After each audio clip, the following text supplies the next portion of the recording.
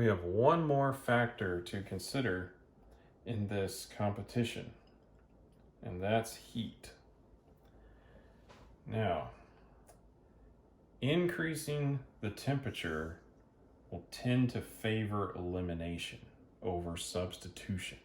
So this isn't a, is it bimolecular or unimolecular? This is just, is it substitution or is it elimination? And if we run reactions at a high temperature, they will tend to favor elimination. So let's write that down.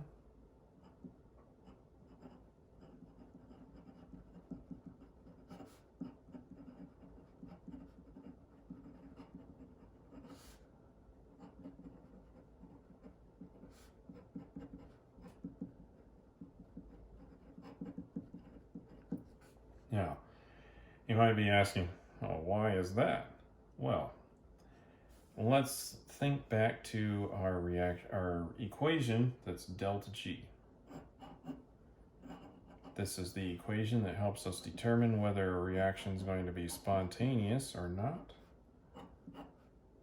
And you'll recall that temperature is in this equation right here.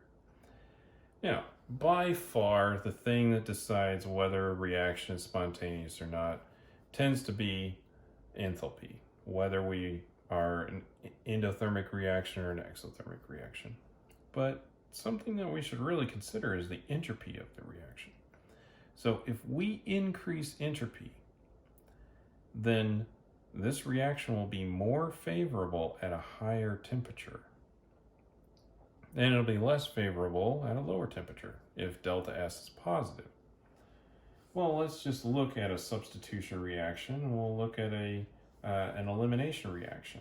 So if we start off here, the same substrate, we've got a 2-bromo-propane, and we add base to it, and hydroxide is a pretty good nucleophile, and it's also a good base.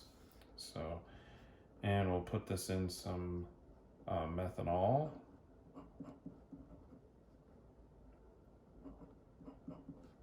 or water, something like that. Now, if we do a substitution reaction, here's the products we'll form. I'm going to draw them this way. So we'll make the isopropyl alcohol, or the 2-propanol, or propan-2-ol. And we're also going to make some sodium bromide, because the sodium is going to associate with the bromine here.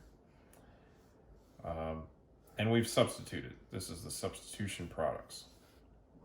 Now, what would happen if we did an elimination reaction on this instead? Well, we're also going to form these products. So here's the elimination product. So that's one product. And we're also going to form the sodium bromide. So that's the same. But we are also going to make water, because this is an example of a dehydration reaction. We took water off of this molecule. So over here, we're going to have more entropy.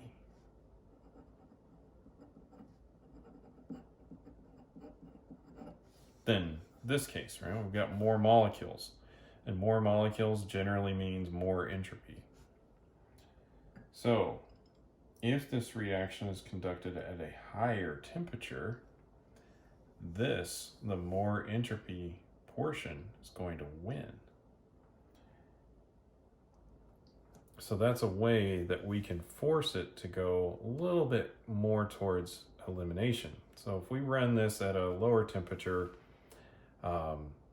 45 degrees Celsius, something like that, I think these are about, these are pretty close to 50-50 mixture. If we make this go up to 100 degrees Celsius, so if we just put this in the solvent as water, and then we reflux it, we're going to get a lot more of this than we do of that. We'll still get some of this, This is a competition, but at that point, the elimination is going to start really winning. So, those are the factors that we need to consider for deciding whether we're going to have an SN1, SN2, E1, or E2. Heat plays a role in that, as well as the other things that we've discussed.